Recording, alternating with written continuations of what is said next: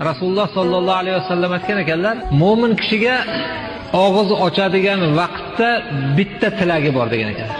Qaytarilmaydigan. Har kuni iftor vaqtida shu gapni eslang. Har kuni iftor vaqtida siz og'iz ochadigan paytingizda sizni bitta ijobat bo'ladigan duoingiz bor.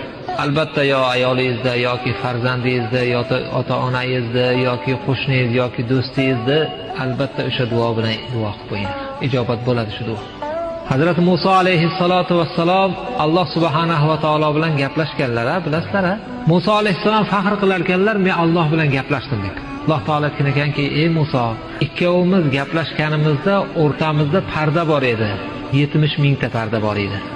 Muhammad sallallohu alayhi vasallam Muhammadning ummatlari iftor qilayotgan vaqtlarda hamma pardani men ko'tarib qo'yaman degan. Iftor vaqtida Alloh bilan bandaning o'rtasida parda bo'lmaydi. U nimani tilasa tilayversin.